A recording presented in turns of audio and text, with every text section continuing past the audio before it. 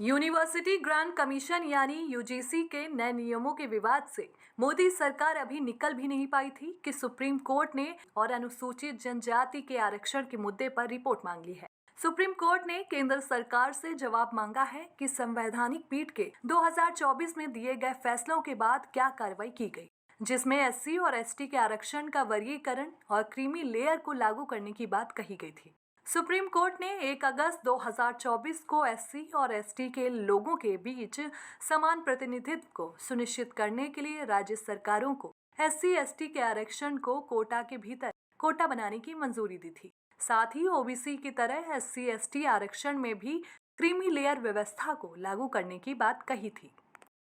Supreme court के इसी फैसले को लागू कराने की मांग को लेकर ओपी शुक्ला और समता आंदोलन समिति ने सर्वोच्च अदालत में एक याचिका भी दायर की थी। इस मामले पर chief justice Suryakant, justice Joy Mallya Bagchi और जस्टिस एनवी अंजारिया की बेंच ने सुनवाई करते हुए मंगलवार को केंद्र सरकार से जवाब मांगा है कि संवैधानिक पीठ के फैसले पर क्या कार्रवाई की गई। ऐसे में एक बार फिर से एससी एसटी आरक्षण के मुद्दे पर सियासत गरमा सकती है। सुप्रीम कोर्ट के फैसले पर क्या करेगी केंद्र सरकार? अनुसूचित जाति और अनुसूचित जनजाति के आरक्षण को सब कैटेगरी बनाने का अधिकार राज्यों को देने और क्रीमी लेयर की व्यवस्था को लागू करने का फैसला देने के साथ ही 2024 में सियासत गरमा गई थी। विपक्षी दल कांग्रेस से लेकर बीजेपी के कई सहयोगी दलों ने इस फैसले के खिलाफ खड़े नजर आए थे। सर्वोच्च अदालत के फैसले को लेकर बसपा प्रमुख मायावती खुलकर विरोध में उतर गई थी। दलित समुदाय के लोग भी सड़क पर उतरकर विरोध शुरू कर दिया था। एससी और एसटी समुदाय के करीब 100 एनडीए सांसदों ने प्रधानमंत्री नरेंद्र मोदी से मुलाकात कर कहा था कि सुप्रीम कोर्ट के फैसले को किसी भी सूरत में लागू नहीं किया जाना चाहिए। इसके बाद केंद्रीय मंत्री अश्विनी वैष्णव ने प्रेस कॉन्फ्रेंस करके ये कहा था कि एनडीए सरकार BR अम्बेडकर के बनाए गए संविधान से बंधी हुई है। इस संविधान में एससी एसटी आरक्षण में क्रीमी लेयर का कोई भी प्रावधान नहीं है। सरकार के इस आश्वासन के बाद एससी एसटी समाज ने अपना विरोध बंद किया था। एससी एसटी आरक्षण में क्रीमी लेयर लागू करना आसान नहीं है। सुप्रीम कोर्ट ने अब केंद्र सरकार से 2024 में संवैधानिक पीठ के द्वारा दिए गए फैसले पर क्या कदम उठाए गए हैं, उसके जवाब मांगे हैं। 1.5 साल पहले एससी एसटी समुदाय के विरोध को देखते हुए ठंडे बस्ते में डाल दिया गया था, लेकिन अब उसे कोर्ट को बताना होगा कि संवैधानिक पीठ के फैसले पर क्या कदम उठाए हैं।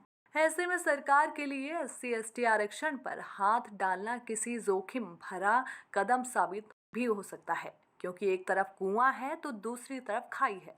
एससी एसटी आरक्षण में कोटा के भीतर कोटा बनाने का भले विरोध ना हुआ हो, लेकिन अगर क्रीमी लेयर की व्यवस्था की जाती है तो फिर से दलित समुदाय सड़क पर उतर सकते हैं। इसके अलावा दलित सियासी आधार वाली बसपा, आजाद समाज पार्टी और चिराग पासवान की एलजेपी भी विरोध के लिए उतर सकती है। इसके अलावा बदले हुए सियासी माहौल में कांग्रेस भी विरोध कर सकती है।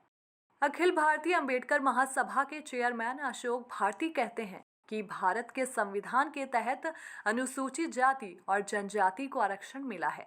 अनुसूचित जाति और जनजाति के कुछ चेहरे और आवाजें हैं जो आपको सुनाई दे रही हैं, वो आरक्षण की वजह से ही है। एससी एसटी समुदाय को 22.5% आरक्षण मिला है। आरक्षण गरीबी उन्मूलन प्रोग्राम नहीं है, बल्कि प्रतिनिधित्व की व्यवस्था है। अशोक भारती ने कहा कि सुप्रीम कोर्ट ने दलित और आदिवासी के आरक्षण में क्रीमी लेयर को थोपने की जमीन तैयारी कर ली है। अनुसूचित जाति और जनजाति को सरकार ने अब तक दूध दिया नहीं है और क्रीम निकालने की बात शुरू हो गई है। सुप्रीम कोर्ट की मंशा एससी एसटी कैटेगरी को क्रीमी लेयर में लागू करने की कोशिश के तहत है और आरक्षण को खत्म करने की साजिश के तहत भी। एससी एसटी आरक्षण पर गरमाएगी सियासत। सुप्रीम कोर्ट के फैसले के बाद मोदी सरकार को अपना जवाब एससी एसटी आरक्षण के वर्गीकरण और क्रीमी लेयर की व्यवस्था करने पर अपनी रिपोर्ट देनी होगी। ऐसे में आप सभी की निगाहें इस बात पर लगी हैं कि केंद्र सरकार क्या फैसला लेगी। क्या सुप्रीम कोर्ट के फैसले के अनुसार अपना स्टैंड रखेगी या फिर क्रीमी लेयर की व्यवस्था से लागू करने से अपने कदम पीछे खींच लेगी। अनुसूचित जाति और अनुसूचित जनजाति की सियासत ताकत को देखते हुए बीजेपी ही नहीं बल्कि कोई भी राजनीतिक दल उसमें हाथ डालने से बचता रहा है। 2024 में सुप्रीम कोर्ट का फैसला आया था तो दलित आधार वाले राजनीतिक दलों ने दलित समाज को होने वाले सियासी नुकसान को बताने से ज्यादा आरक्षण खत्म किए जाने की साजिश करार देने में जुट गए थे।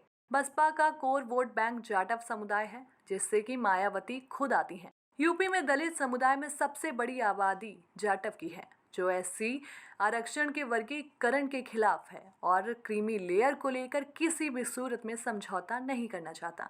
ऐसे ही बिहार में दलित समुदाय के बीच दुसाध समुदाय सबसे बड़ी आबादी है, जो चिराग पासवान की पार्टी का कोर वोट बैंक माना जाता है। चिराग पासवान खुद भी दुसाध जाति से आते हैं। बिहार में एससी आरक्षण का ज्यादातर लाभ दुसाधों को मिला है। महाराष्ट्र में महार जाति एससी आरक्षण के वर्गीकरण से लेकर क्रीमी लेयर तक के खिलाफ है। अब मोदी सरकार में मंत्री रामदास अठावले महार जाति से आते हैं और उनका सियासी आधार भी इसी जाति के बीच है। यही वजह है कि अठावले भी इसे लेकर विरोध करते रहे हैं। राजस्थान में आदिवासी समाज में आने वाले मीणा समुदाय राजनीतिक रूप से एक बड़ी ताकत है और एससी आरक्षण का ज्यादातर लाभ उन्हें मिला है, जो ना एससी आरक्षण के वर्गीकरण के पक्ष में है और ना ही क्रीमी लेयर की व्यवस्था चाहते हैं। एससी और एसटी में आरक्षण का लाभ देने वाली जातियां आबादी में दूसरी एससी एसटी जातियों से कहीं ज्यादा हैं। ऐसे में राजनीतिक दल सियासी नफा और नुकसान के चलते ही ना आरक्षण के वर्गीकरण की दिशा में कदम उठाते हैं और ना ही एससी एसटी आरक्षण में क्रीमी लेयर को लागू करने के पक्ष में खड़े दिखते हैं। यही वजह है कि मोदी सरकार ने 2024 में सुप्रीम कोर्ट के फैसले आने के बाद भी क्रीमी लेयर को एससी एसटी में लागू करने से अपने कदम पीछे खींच लिए थे।